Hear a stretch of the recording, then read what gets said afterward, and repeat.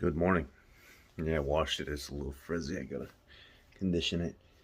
Um, can you imagine going down the road, or you're having a hard month paying the bills, and all of a sudden you go out to your car and the air conditioning don't work, or the radio doesn't turn on, and you're like, what the heck is going on? And then the next thing you know, your car's shut. It's just shut off. It just doesn't work anymore. Can you imagine somebody? The repo man don't have to show up to get the car no more. Ford can just automatically disable it because you're late on your payment or something. Just the hustle and bustle and struggles of life now. You get a little behind. You're trying to get caught up, lose your job or something like that. I know it's life. I know it happens. I've seen it happen. I've taken people's cars when I used to work for a bail bond company, but these people are months and months and months behind, and then you show up and you talk to them and you take it. Sometimes you get in rough situations where you could get hurt. Can you imagine a company having access to your car via a telecommunication unit that's already on the vehicles now? One of the reasons why I've spoke out against all these modules and stuff that are on cars now, TCUs, where the manufacturer can completely communicate and talk to the vehicle and knows what's going on. I think it should be against the law for them to be able to spy on you the way that they do. They know everything that's going on with your car.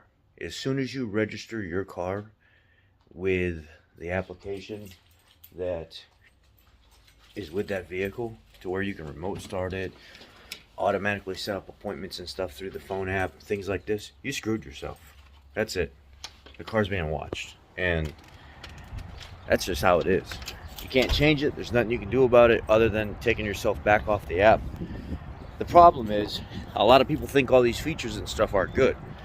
And now 4 days ago, there's an article put out where they're talking about Ford applied for the rights to do that to people. They applied for the right to disable your vehicle and shut it down if you miss your payments. Absolutely unacceptable. But those of you out there will try to defend it. Situations happen in life, things happen in life and stuff in general, and it states something along the lines of it starts disabling features of the vehicle as a warning to the driver. Hold on a second. Let me the headline's right, without reading the article. It makes it seem like let me take your air conditioning away from you, and your heat away from you, and your radio control and your window control away from you. And then I'll disable your vehicle when you don't make your payment. I'm going to tease you in the meantime while I disable your vehicle so it doesn't work. Now let's actually look at the article. In the article, it talks about a repossession computer, a series of operating communication like lines that all go back to like the finance holder, the repossession agency, there's so many different things. It goes to the person's phone, the person's car. It could disable key fobs. It said in one part of the patent they were looking at possibly creating this audible sound that was so annoying to the driver of the vehicle that they would have to contact the financial institution in order to pick up on the payment to continue driving the vehicle without that sound being there. One part was saying that they just looked into this, that they reach out to Ford and they want some clarification on this, and they said, well, this is just part of doing businesses. We often have to submit for different patents and stuff like that, like businesses moving forward, trying to create new technology and stuff to go into vehicles to show that there's growth and movement in the company and stuff. So that's why this is there. It's not that we're actually going to do this. Sure seems like there's an awful lot of thought put into this. So I think at this point, let's look at some of exactly what was in this article. This was on the New York Post. It's in the Guardian. There's many articles on this right now. If you just Google Seeks new repossession patent, it pops up. Let's look at what some of the article actually said. Well, there you go. 110 is the network, and then it goes out to police authorities at 105 and 106, and then repossession agency, the vehicle, the customer on his phone, the lending institution, medical facility. Yeah, all linked and attached to the network. That's pretty scary. And if you look here, this is called the repossession system computer. The processor, the communication system, the detection hardware, repossession system client module, image processing module, sensor data evaluation module, database, and operating system database. This is what the headline looks like. Ford Motor Company has applied for a patent on a technology designed to allow the auto company to repossess cars remotely if the owner fails to make payments. Wow. Ford is attempting to patent car repossession technology that would allow the automaker to remotely lock down vehicles or shut off key features like air conditioning if the owner misses payments, according to newly surfaced filings. Ford's patent for system and methods to repossess a vehicle was filed in August of 21 and published in late February as part of the standard application process. The application has yet to receive final approval for patent protection. According to the patent, the technology would be used in the event that drivers ignore notice of delinquency of a vehicle-related payment that are sent to their phones or their vehicle computer systems. The system would even allow Ford vehicles with semi-autonomous or full driving capability to drive themselves to a tow truck driver or a repossession lot if the owner doesn't respond to multiple notices. Vehicles with less resale value would be sent straight to the junkyard.